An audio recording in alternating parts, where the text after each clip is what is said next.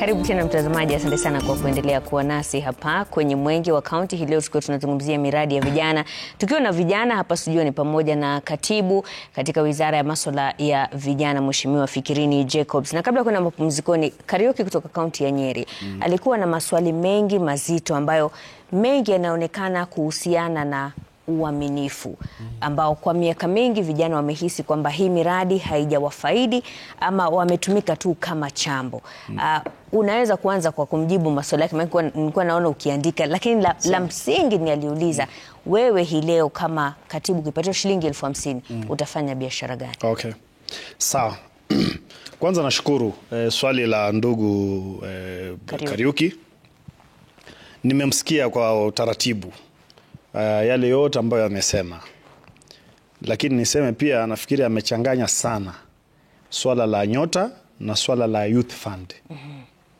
Ijapokuwa nyota ni pesa ambayo inalenga vijana, lakini nyota ni tofauti na youth fund. Njia ya kutuma maombi ya nyota ni tofauti kubwa sana na njia ya kutuma maombi ya youth fund. Nasema hivyo kwa sababu nimemsikia akisema kwamba katika youth fund ilikuwa. Nataka nimhakikishie kwamba youth fund bado iko. Pili, kwamba youth fund wengi ambao walifaidi ni wanasiasa ama viongozi wao. Nisisitize kwamba nyota hakuna vikundi vilivyosajiliwa ambao vinahitajika nyota. Kwa hivyo hakuna ni individual application. Ni mtu unachukua simu yako unatuma maombi. Kwa hivyo hakuna chama ama kikundi lazima mshikane kikundi mkajisajili kwanza ndio posa mrudi huko, hapana. Haihitaji usajili wa vikundi. Ni muhimu niseme hivyo.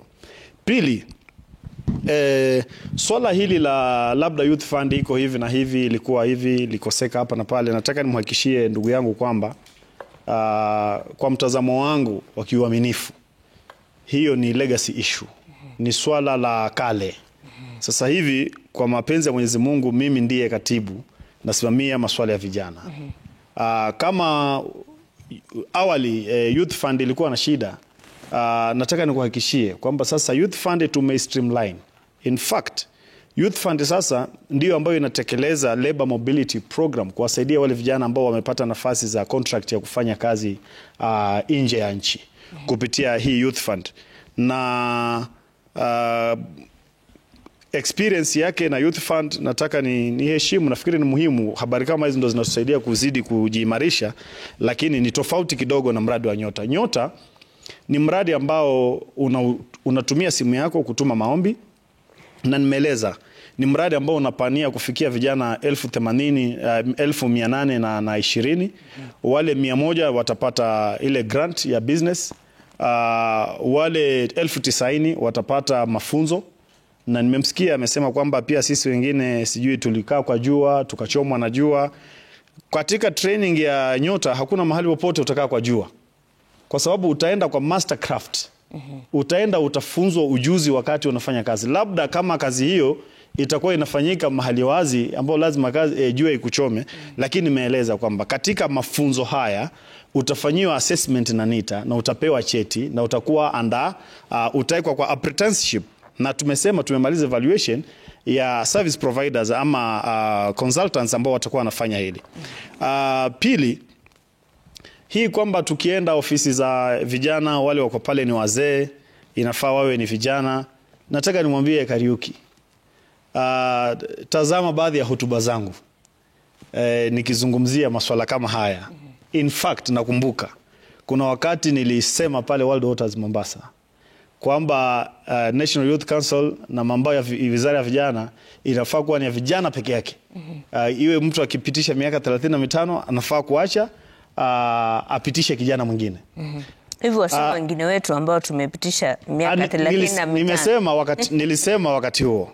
Nilisema asikize hotuba zangu za wakati huo. Yeye najaribu kumkumbusha kwamba yuko katika hatua ya maisha ambapo mimi nilikuwa. Kuwa na fikra kama hizi za kwamba sasa hawa wazee ambao wako hapa kwa ofisi watoke, tulete vijana hapa wawe wanafanya hivi na hivi na hivi. Nafikiri Kwanza namshukuru Mheshimiwa Rais kwamba mimi ni kijana wa kwanza kuhudumu kama katibu katika wizara hii ya vijana. Labda inalengana na yale maono pia na malengo ambayo sisi tulikuwa tuko nayo. Lakini niseme kwa mujibu wa utumishi wa umma, mtu ambaye ametuma maombi ya utumishi wa umma akaandikwa kazi kama youth officer akiwa kijana, lakini kazi ile ni permanent and pensionable. Si maajabu kwamba katika kutenda kazi kwake, kufanya kazi kwake, siku moja utafika kwa ofisi upate sura yake imezeeka. Kwa sababu aliajiriwa anaweza kuwa alikuwa kijana, lakini pia kadri ya miaka inavyoenda na ni permanent and pensionable, hakuna makosa. Na wengine wetu hawa ni wazazi wetu. Hatuwezi sema sasa kwa kuwa sasa huyu ameanza kuzeeka, hii mambo ya application ya youth fund hata nisaidia, atoke hapa kwa ofisi, tulete kijana mwingine.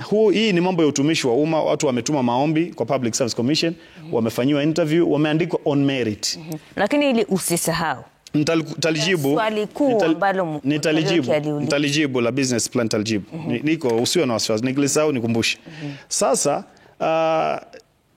tusidharau wale wazazi wetu ambao wanafanya kazi chini ya wizara yetu ya vijana kule mashinani, kwa sababu pia mimi nimesisitiza sana katika taifa la Kenya kwamba nguvu ambayo tuko nayo sisi na tajriba ya wale ambao wako mbele yetu ndo muhimu ya kuendeleza taifa letu. Kwa sababu sisi tuko na nguvu na tuko na mbio, lakini tusipojua njia tunaishika, kuna uwezekano kwamba tutapotea pia sote. Ndio maana inawezekana kwamba pia watoto wako chini ya wazazi ambao wanaonyesha njia, baada ya muda pia wamekuwa watu wazima wanaonyesha njia wengine. Nadhani kabla, manake naona muda unasonga na kuna wengi ambao wanangoja kuona. Manake kuna ile fikra ambayo vijana wanataka kuona. Hiyo shilingi 50,000. Sasa nitajibu. Kupatiwa leo. Tujibu sahihi. Sasa nimesema hivi. Swala la 50,000 Kariuki. Tofauti ya Kariuki na mimi ni kwamba yeye anaweza akanunua suti. Labda ya 6,000, 7,000, 10,000. Unaona? Mimi naweza, Mungu akanisaidia nikanunua suti. Unasikia bwana? Yule hata daktari amepiga 3 piece kabisa.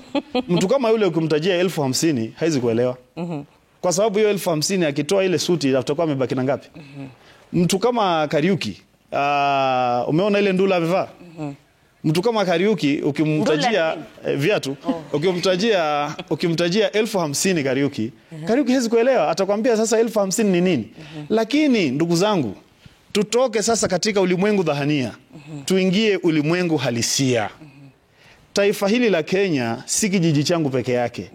Toka nje ya kijiji uangalie maisha ya Wakenya hapa nje. Toka nje ya mahali ambapo natoka uangalie maisha ya Wakenya hapa nje. Kuna watu ambao acha 50,000, hata 1,000 ukampatia, anakupigia magoti kwa budu. Kwa sababu ukosefu wa kitu kidogo ambacho kinaweza ikamwekea msingi wa kuendelea na huko. Kwa hivyo swala ni muhimu sana hili. Nitakujibu swali lako Mashirima, lakini ni muhimu nieleze. Kwa sababu unaona hawa vijana wanataka kusikiza kutoka kwako. Manake wakati ambapo mkifikiria huu mpango, haswa kama kijana ambao umekuwa kijana wa wanafunzi, kuna ile fikra ambayo ipo kwa yule kijana ambao unamlenga, yule ambao unasema hata akipatiwa 1,000 ataweza kufanya hiki na hiki. Ndio wao wanataka kusikiza kutoka kwako. Mashirima, ingekuwa wewe, nimekuelewa, ungefanya nini na hiyo shilingi 50,000? Mashirima, nimekuelewa. Na sijui kwa nini uko na haraka ya ni kwa sababu hilo ndio swali ambalo wanasubiri jibu. Tunasubiri hiyo jibu kwa sababu kuangalia maumbile na mavazi yenye tumevaa. Nikikwambia hata hii nguo nimepewa na ndugu yangu ili nifike hapa, usianze kuleta judgment na kenye nimevaa tafadhali. Wajua sababu nimesema kama hiyo ndio itakuwa weighing skill ya watu wenye wataqualify kupata hizi pesa. Una set the example. Tunaona tayari mtaangalia mavazi, mji yenye ametoka, venye maumbile yake. Randomization, hakuna mavazi. Hatufai kuenda hiyo direction. Wacha kuangalia kiatu yenye nimevaa kwa sababu hiyo sio topic. Tupe business peke yake. Kariuki, nimekwambia hivi ndugu yangu. Ukifikiria swala la randomization, hakuna sura, hakuna mavazi. Nimekupa tu kama mfano hapa ili tuelewane kiurahisi, kwa sababu katika ni profile mimi mwenyewe. Tutulie kidogo. Ngoja nikujibu. Katibu. Nijibu basi. Ama useme alafu mimi nitakujibu. Katibu. Haya. Katika hiyo shilingi 50,000 mnatarajia vijana watawekeza katika biashara kama gani? Biashara ya kwanza ambayo vijana wanaweza wakawekeza, kwa sababu biashara ni relative. Ile ambayo wewe unaweza ukataka ni tofauti na ile mimi naweza nikataka, mwingine anaweza akataka. Lakini ile ambayo inaweza kumudu ni lakini 50,000. Shilingi 50 kwa 50,000 kwa kijana ambaye anatoka kiwango cha chini kabisa cha maisha, tunasema vulnerable youth. Mimi nitapinga wazo la kufikiria kwamba ni pesa kidogo ya kusaidia kijana kujiendeleza. Yeye amenipatia mfano wa kwamba mimi nikipewa 50,000 ninaweza nikaifanyia nini? Naweza nikaifanyia mengi sana. Mahali ambapo natoka mimi kunaitwa Bamba, kijiji cha Biubu. Kijiji cha Biubu wakati kama huu ni wakati kuna shida kubwa sana ya vitoweo. Unaweza ukapata chakula lakini vitoweo itakuwa shida kwa sababu hakuja nyesha nafikiri zaidi ya kama mwaka 1.5. Wewe unapafahamu ulifika Kavunzoni. Sasa mahali kama Kavunzoni, mimi leo hii niseme tu acha nifanye biashara ya kununua omena kwa mfano. Nifungue kibanda changu pale, nitaekea miti yangu miwili, niweke miti, nitakuwa nanunua omena. Ni vitu ambavyo vinafanyika tayari, si kwamba naenda kuanza mimi. Sasa niko na 50,000 ambayo sijailalia. Na hii ni biashara ambayo kila boma kwa kule kila jioni itahitaji kitoweo. Na omena kwa mfano pale kwetu ni kitoweo ambacho mkubwa mdogo mahali mazingira kama yale atakimbilia sana mpaka mimi mwenyewe. Kwa hivyo hiyo inaweza kuwa mfano mzuri sana wa mtu kufanya kuanzisha pale chini. Mimi binafsi tayari ukinipa 50,000 na kama niko na wazo la kufanya biashara, especially mimi kama natoka Bamba, kitu cha kwanza naweza nikafanya ni kuweka biashara kama ile. Kitu cha kwanza. Pili, nisisitize hivi. Sababu kubwa kwamba tulihusisha sana serikali za county katika miradi hii ya vijana. Hasa nimekwambia nilikuwa na mkutano na mawaziri wa county wanaosimamia vijana na wanaosimamia trade. Sababu kubwa pia tulizungumza na wao ni kwamba kwa mfano county ya Kakamega iko na ward 60. Kipengee hiki cha business support tunataka 70 youths in every ward. Hawa ni vijana 4,200. Vijana 4,200, kilo mmoja apate 50,000, hii ni milioni 210 milioni ambayo itaingia akaunti moja ya Kakamega. Tukaita mawaziri. Lengo na dhamiria ya kuita mawaziri ilikuwa ni kwa nini? Ilikuwa ni kufanya kwamba pesa hizi tutatuma, yani zitatumwa kwa vijana lakini watakuja mashinani. Nyinyi ndio mnahusika na mambo ya vijana mashinani. Nyinyi ndio mnahusika kwa mfano wa trade, ndio nyinyi mnapanga mambo ya cooperative, mambo ya magrupu ya vijana. So mnaweza mkaangalia kama mtakaa na vijana, muwashauri. Badala mimi nimepata nijipange kivyangu, mnaweza mkawashauri pia vijana kwamba county pia tutawashikilia mkono. Kwa mfano jana nilikuwa na governor yule Welgeo Marakwet na akasema kwa kijana yeyote ambaye atakuwa anafanyia kufanya biashara na pesa ya nyota, mimi nitakuwa na waive ile single business permit kama kazi yake itagharimu swala la business permit. Nita waive ili kijana yule aweze kufanya. Ni mfano tu. Lakini lengo pia la kuhusisha sasa hii tunasema whole of government approach ni kwamba kama vijana wameenda kule na tumesema kwamba acheni tuwaeke makundi ili pesa iwe nyingi, tuwape kazi nyingine labda kama county, kama ni ya kutusupply maji county assembly, kama ni ya kufanya nini, inaweza ikawasaidia. Sasa business plan yangu nimekupa. Ukinipatia 50,000 leo, kesho nitakuwa nimeshukisha gunia moja ya omena ambayo si 50,000 hata itaweza kuwa 20,000 kienda sana 25,000 kwa bei ya kule ambako mimi natoka. Na nitaanzia pale, nitazidi kujiendeleza kuanzia pale. Naam. Wakio, tupatie kauli yako kuhusiana na yote ambayo tunazungumza kuhusiana na miradi ya vijana, hili swala la vijana kuamini serikali inapobuni miradi kama hii ya Nyota na mingineo. Asante sana. Na Bwana Fikirini, una kibarua na nasikia sana kila ambacho unafanya. Nikikusikiza kama kijana unatumanage, sababu hii ni opportunity mzuri sana kwako kuketi na kusikiza sisi vijana yale mahitaji ambayo tuko nayo, na uone jinsi ambavyo utaweza kucurate zile programs ambazo unatuletea ku make sure ina meet mahitaji yetu. Kama mimi pangu nimepitisha hiyo qualification yenu ya kwanza ya miaka 29 tuseme. Na hata katiba yetu ambayo ninaamini inafaa kuwa ni imekuwekea kigezo ya mambo ambayo unaweza kupima. Imetuwekea ya kwamba miaka ya kijana ni mpaka miaka 35. Sasa nyinyi mmeamua between 30 na 35 hawa qualify.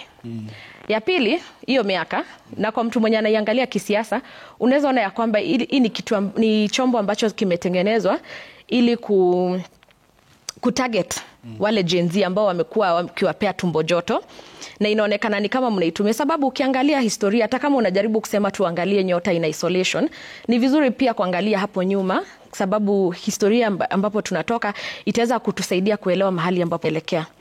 2006 kulikuwa na program.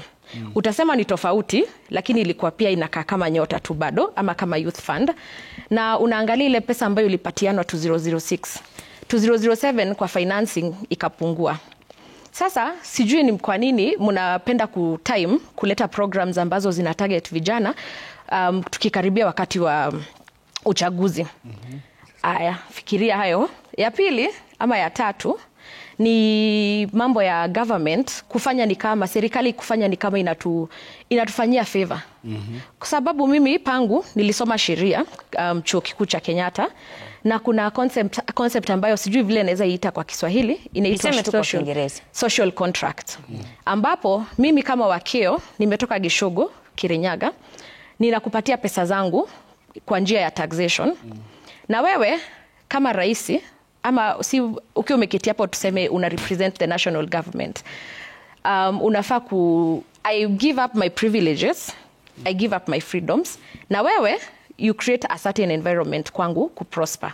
Kwa sababu mimi vile nimeona vijana wa Kenya, sana sana vijana wa Gishugu, si watu ambao wanataka handouts ama grants. Ni watu ambao wanataka, kwa sababu hata ukinipatia 50,000 niende nianze biashara, kama hujatengeneza the right environment, kama the cost of living bado iko juu. Saizi one of the qualifications ya nyota ni kukuwa umeweza kulipa hustler fund. Sasa kama environment yenye cost of living yenyewe hainiruhusu kuweza kufika mahali ambapo naweza kujidumu mimi mwenyewe, hata ukinipatia 50,000, hii biashara nilipie nyumba, hii biashara ilipia watoto wangu nyumba, sababu hiyo miaka tumeshakuwa wazazi. Sisi ni vijana but tuko na majukumu.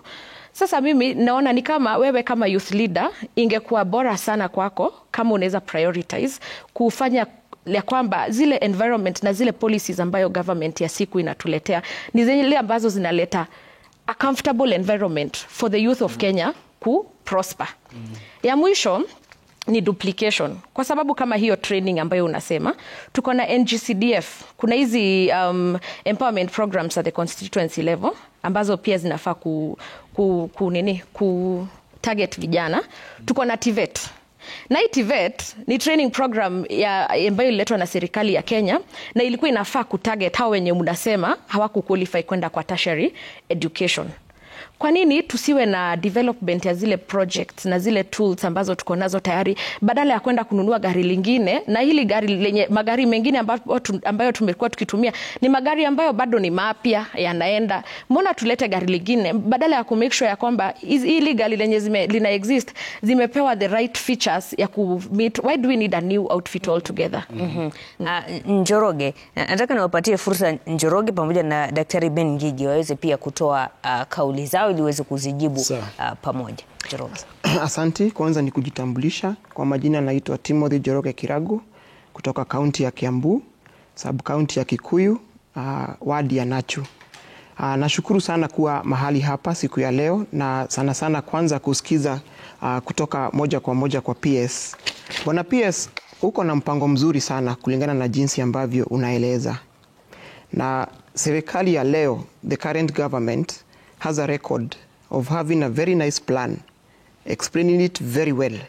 But when it comes to implementation, that is where things go turn around. Kwa sababu, kama jinsi ambavyo wenzangu wamesema hapa, tumekuwa na miradi mingine hapo awali. Ningependa kujua kana kwamba nyinyi huwa mnafanya evaluation. Tulikuwa na Hustler Fund.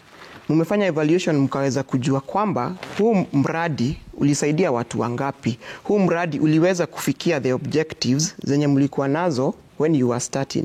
Kwa sababu pesa ni vizuri mtatupa hizo 50,000. Lakini kuongea ukweli kutoka huko chini kwa ground mambo si rahisi. Umeeleza vizuri sana kuhusu business plan ya kuuza samaki and all that. But Bwana PS, do you know that when you go ground, you need to have a permit for a business. You need to have things to do with food. Lazima ukue na health, umelipia health na uko na everything that is required.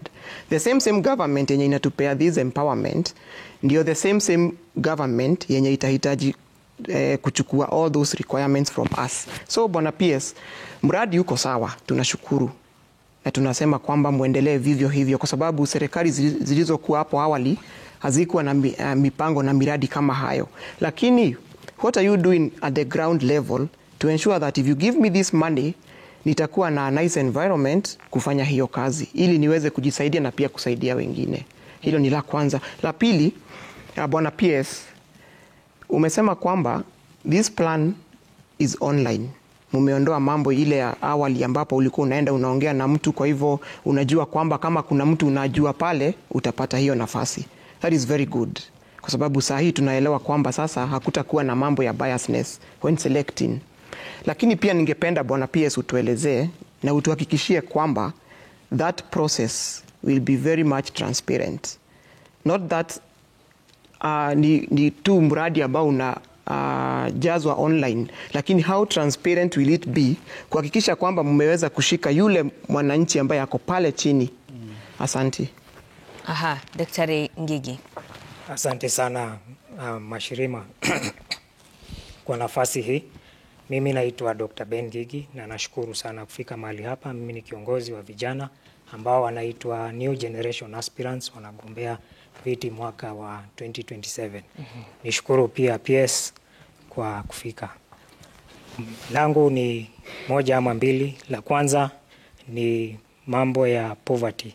Unasema ya kwamba hii Nyota project inaenda kufaidi wale watu ambao wako pale kwa grassroots, na pale kuna shida mingi sana. Unapata ya kwamba pale nyumbani hakuna hata chakula. Tuko na program zingine kama viongozi, kama mimi ni chairman wa Love of Christ Foundation ambayo inasaidia chokora hapa mjini Nairobi. Tukiwarudisha nyumbani kwa yale maswala ambayo tunapata pale nyumbani, tunapata ya kwamba hata chakula ni shida. Tukiwafungulia biashara kama ile ya mtumba, tuseme tumewekeza 50,000 Kenya shillings vile ambavyo unavyosema, tunapata wakiuza zile mitumba, ile pesa wanatumia kwa chakula. Tunapata kama mama amekuwa mgonjwa, ile pesa inatumika kwa sababu pale SHA unakuta amejisajili lakini haifanyi kazi pale nyumbani. Unakuta pia ule kijana mwingine anataka kurudi shule, ile capitation ambayo ilirudishwa chini kutoka 22,000 ikafika 17, na yeye anafaa arejeshe ile 17,000 ile wale watoto waweze kurudi shuleni. So unapata ya kwamba matatizo ni mengi sana pale nyumbani, na hii 50,000 sioni vile unaweza justify kusema ya kwamba itasaidia kuanzisha biashara. La pili, kuna kitu ambacho Kibaki alianzisha inaitwa economic model ya Spiderweb ambayo inaangalia uchumi. Ya kwanza ni aliangalia agriculture, kupunguza taxation kwa zile agricultural produce, kwa zile computer, kuleta digital literacy. Na naweza encourage kama wewe katibu, muangalie zaidi kuleta manufaa katika jamii, mlete zile program ambazo zinasaidia youth wote, si kuangazia youth wa sehemu fulani ama youth wale ambao ni wa chini zaidi. Mnafanya balancing ili youth wengine waweze kufaidika. Unakuta pia sisi kama vijana tunafanya kazi kwa wengine wanafanya kazi kwa serikali, na zile shida za pending bill ambazo tumeweza kuona rufaa imetoka pale inasema SHA hajawalipa bilioni 10. Kuna wale wanaitwa KPA ama publishers wamesema hajalipwa 11.4 billion, na unakuta wale contractors wengine zaidi ya half a trillion Kenya shillings hawajaweza kupata. So kama serikali inaweza kuzingatia ile kwanza, walipe wale contractors ili waimarishe, waajiri youth wengi zaidi. Unakuta 30% ya youth hapa Kenya hawajaajiriwa, na sisi ambao tumesoma tunapata ya kwamba hata wale wamehitimu PhD wengine hawajapata nafasi za kazi. Niseme la mwisho, hii Nyota program ambayo tunaiona, sijui kama amezingatia mambo ya nepotism, ambapo unakuta wewe kama PS pale nyumbani umeangalia wale vijana wa pale, umewapa ile 50,000, unaangalia shida ingine kama ya corruption. Kwa hii 5 billion tunaangalia pale kwa ile allocation, ni ngapi zinaenda kwa wale vijana, ni ngapi zinaenda kwa watu binafsi. No. La mwisho, Kama sasa tunaelekea katika msimu wa uchaguzi, tunakuta program kama hizi zinaendelea kukuja. Kuna nyingi tumeona pale State House, empowerment program za youth tumepata pia pale, tunaona walimu waliitwa pale, na hizi program tunaona zimekuwa nyingi. Ni campaign strategy ama kweli itasaidia vijana? Asante. Asante sana. Na katibu, tutakupatia fursa uweze kujibu maswali hayo, lakini kusoma tu baadhi ya jumbe ambazo zimeingia hapa. Kuna mmoja anaitwa Kevin kutoka kaunti ya Lamu, anasema huku with 50k it can really benefit the youth from here since there is low cost of living. Mwingine hapa anasema hiyo 50k kwa sisi ina change maisha yetu na tunashukuru serikali kwa hayo. Kuna mwingine hapa anasema for now anatazama tu. Kuna mwingine hapa anasema nampa hongera kijana kutoka Nyeri kwa hayo maswali ambayo ameuliza. Kuna mwingine hapa anasema wale wako 35 years kwenda juu wako wengi na ndio maisha imewalemea, ndio wako na familia bila kazi, wakiwemo mbali na hawa ambao wako chini ya huo umri ambao umetaja. Je, mkiwasaidia hawa wachache muache wengine kando, mtakuwa mmetatua shida kweli? Ndio baadhi ya maswali. Hapo tunapumzika kidogo tu, tunarejea hivi punde na majibu kamili kutoka kwa Katibu Fikirini Jacobs. Msiondoke hapo.